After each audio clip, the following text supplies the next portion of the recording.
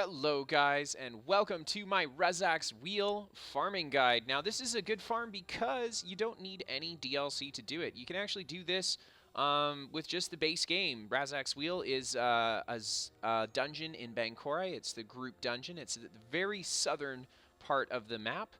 And we're going to farm it. So here's how it's going to happen. You can see all these rooms in here. This is the 3 central rooms that we're going to look at. So let's begin. So we're going to start just by running through the entrance here. This guy just killed the mobs there, but definitely if they are alive, you want to kill them.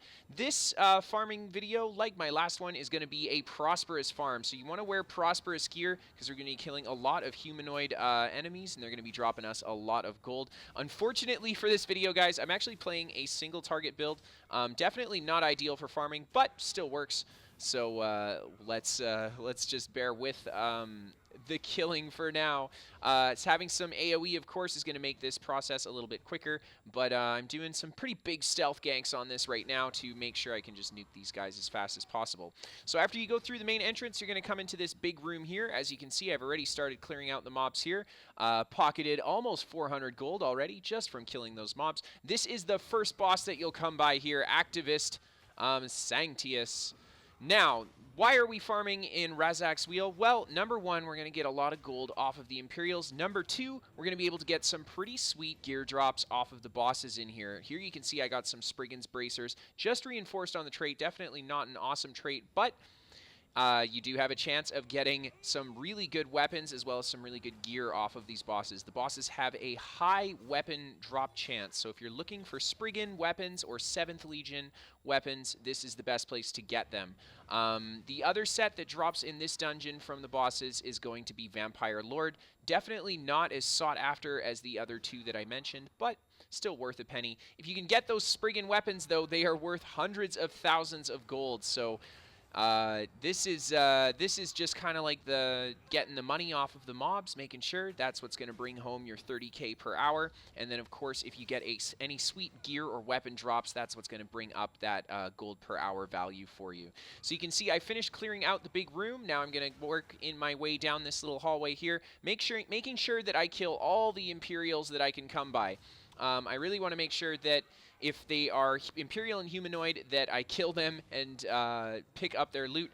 As I mentioned in my other gold farming video, guys, I'm wearing 5 out of 7 prosperous gear here. I'd recommend 7 out of 7 if you wanted to farm here for that maximum gold intake.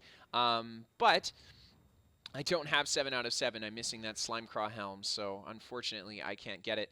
So you see here, we're going to come down this corridor and we're going to skip right by the Dwarven Centurions. Now, you don't want to kill anything that's Dwarven. You see, I did kill the spider there, but that was just to get it out of the way right away so I can start on this boss.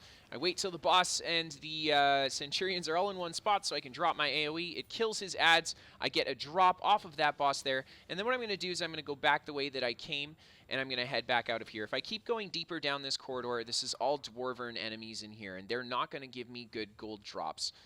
So there we've already picked up 2 out of 4 bosses in this dungeon.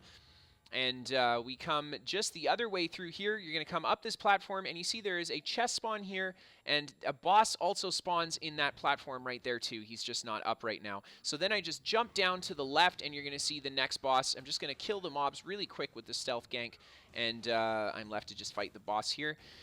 This boss, the bosses in this dungeon are really easy, guys. They're not very strong at all. You can beat them on a very low-level character. You don't have to be very strong, and you'll have great success. And there you see the 7th Legion drop on the shoulders there. Unfortunately, my character's bag is full, but I'm just going to keep going because we're almost at the end of the rotation for this farm video. So this central area here is packed full of Imperial soldiers. There's a lot. Seriously, there's a lot. I'm pulling the groups one at a time, just kind of ganking them. If you want, what you can do is pull all of the mobs into one location in the dungeon. However, something to keep in mind, guys, is that if you do not deal all of the damage to the mob, you will not get the full gold drop off of it. So you want to make sure that if you're farming gold, that you deal 100% of the damage that that mob is taking to make sure that you get all the gold possible. You see there is another heavy sack spawn here as well.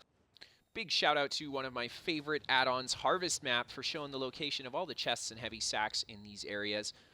As you can see, there's a few little mobs here. They're just one at a time.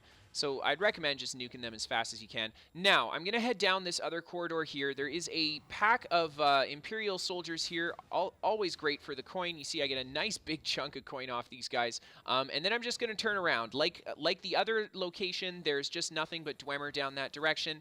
But there's no boss close by there either. There is one boss in the dungeon that we missed. It's very deep in the dungeon. But for the most part, we're not going to worry about him. We're just going to grab all the bosses around the Imperials. So as you can see here, after just cleaning up that room, me and one other player, the mobs back here have already respawned. And not just that, but they had respawned and they've been there for a while. If you look, I come into this room here and I take a peek to my right.